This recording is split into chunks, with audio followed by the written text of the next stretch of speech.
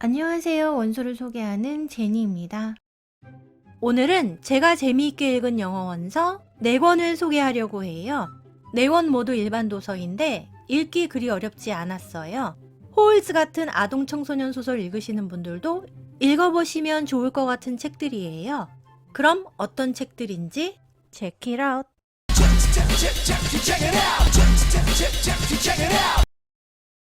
첫 번째 책은 책을 표지로 판단하지 말라고 했지만 표지가 예뻐서 구입한 책인데요.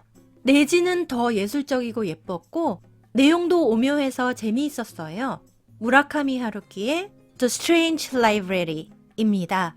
한국어 번역서 제목은 이상한 도서관이에요. 이 책은 기괴한 동화 같은 느낌으로 읽기 어렵지 않은데요. 의미는 좀 생각해 봐야 할 것 같은 내용이에요. 분량은 총 77페이지입니다. 주인공 소녀는 어느 날 학교에서 집에 가는 길에 오스만 제국은 어떻게 세금을 징수했을까 문득 궁금해져요. 그래서 관련된 책을 빌리러 근처 도서관에 갑니다. 그런데 도서관의 노인이 잠깐 기다리라더니 오스만 제국의 세금법에 관한 두꺼운 책을 3권 가져와요. 그리고 그 책들은 대출이 안 된다며 도서관에서 읽고 가야 한답니다. 소년이 엄마가 기다려서 집에 가야 할 것 같다고 하니 노인이 버럭 화를 내요.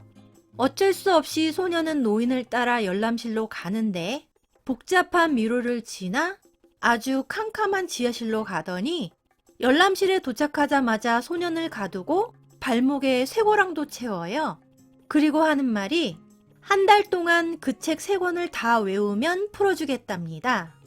펼쳐보니 심지어 책들은 터키어로 쓰여져 있는데 소년의 운명은 어떻게 될까요? 두 번째 책은 자서전인데요. 소설보다 더 소설 같은 이야기인 것 같아요. 에디 제이크의 The Happiest Man on Earth 입니다. 한국어 번역서 제목은 세상에서 가장 행복한 100세 노인이에요. 작가는 1920년에 독일에서 태어난 유태인이에요. 아우슈비츠에서 죽을 고비를 수없이 넘기고 살아남아 100세에 이른 노인이 우리에게 어떤 이야기를 하고 싶은지 한 번씩 읽어보시면 좋을 것 같아요. 분량은 총 189페이지고 영어 수준은 그리 어렵지 않아요. 1920년에 독일에서 태어난 에디는 중산층의 유복한 가정에서 자랐어요. 공부도 잘했던 것 같아요. 그런데 1933년 고등학교를 졸업한 에디는 유대인이라 더 이상 학교에 다닐 수 없다는 통보를 받아요. 그래서 에디의 아버지가 힘을 써서 어둠의 경로로 했겠죠.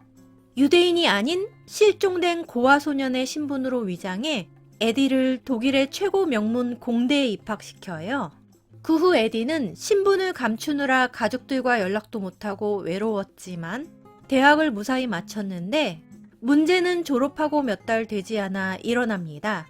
부모님의 결혼 기념일이어서 오랜만에 짠 하고 나타나 서프라이즈 해드리려고 연락 없이 고향집에 갔는데 하필이면 그날이 후에 크리스탈 나흐트 또는 깨진 유리의 밤이라 불리는 날이었던 거죠.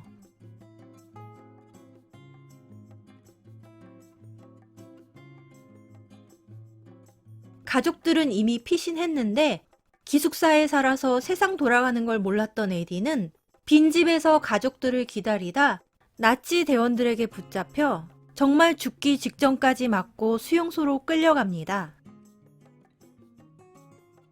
다음은 마음 따뜻해지는 소설이에요. 캐서린 라이언 하이드의 Have You Seen Luis Velez? 입니다.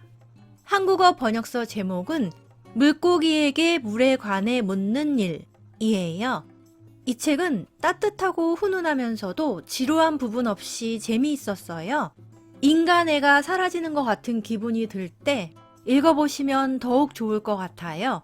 분량은 총 307페이지고 영어 수준은 그리 어렵지 않습니다. 부모님이 이혼하고 각각 재혼하셔서 엄마 아빠 집을 오가며 사는 소년 레이먼드는 어느 날 엄마네 아파트 복도에 서서 인기척만 나면 루이스 벨레즈를 봤냐고 묻는 시각장애인 밀리를 봐요. 아파트 주민들이 모두 모른 척 지나가지만 레이먼드만은 무슨 일인지 묻는데요. 사연인즉슨 독거노인이자 시각장애인인 밀리를 루이스 벨레즈라는 자원봉사자가 그동안 일주일에 3번 이상 와서 도와줬다고 해요. 그런데 얼마 전부터 연락도 없고 나타나지 않는답니다. 밀리는 루이스에게 무슨 일이 생겼는지 너무나 걱정될 뿐만 아니라 은행에도 마트에도 가지 못해서 현재 남은 음식을 조금씩 나눠 먹고 있는 상황이에요. 사연을 들은 레이몬드는 루이스를 대신해서 밀리를 도와주기로 해요. 그리고 한편으론 걱정하는 밀리를 위해 혼자 루이스를 찾아보려고 합니다. 루이스에게 무슨 일이 생긴 걸까요? 다음은 한국계 작가 낸시 주영 김의 성공적인 데뷔작인데요. 뉴욕타임즈 베스트셀러이자 리즈 위더스푼의 북클럽 추천 도서이기도 해요. 제목은 The Last Story of Mina Lee입니다. 한국어 번역서 제목은 미나 리의 마지막 이야기예요. 이 책은 미국 LA로 홀로 이민 간 미나와 그곳에서 태어난 딸 말고의 이야기인데요. 내용도 어렵지 않고 거의 일상 용어로 쓰여 있어서 읽기 어렵지 않아요. 분량은 381페이지입니다. 먼저 딸, 말고. 말고는 아빠가 누군지 모른 채 엄마와 단둘이 미국 LA에서 살았는데요. 엄마와의 삶은 늘 가난하고 외롭고 부끄러웠어요. 더구나 엄마는 영어를 못하고 말고는 한국말을 거의 못해서 크면서 점점 더 엄마와 멀어졌어요. 현재는 엄마 곁을 떠나 시애틀에 살고 있어요. 그런데 거의 1년 만에 엄마를 보러 간 날, 말고는 집에서 사망한 지 일주일은 된 것 같은 엄마를 발견합니다. 경찰은 혼자 넘어져 사망한 사고사로 빠르게 수사를 종결하지만 말고는 이를 받아들이기 어려워요. 하지만 말고는 아빠에 대해서만 모르는 게 아니라 엄마의 과거, 인간관계, 고민, 한마디로 엄마에 관해서도 별로 아는 게 없어요. 뭘 어디에서 시작해야 할까요? 미나, 1987년 미나의 나이 41. 남편과 딸을 한순간에 잃은 미나는 자포자기 상태로 미국행 비행기에 올랐어요. 영어는 한마디도 못하지만 사랑하는 남편과 딸을 잃은 한국에서는 더 이상 살 수가 없어서 무작정 가고 있어요.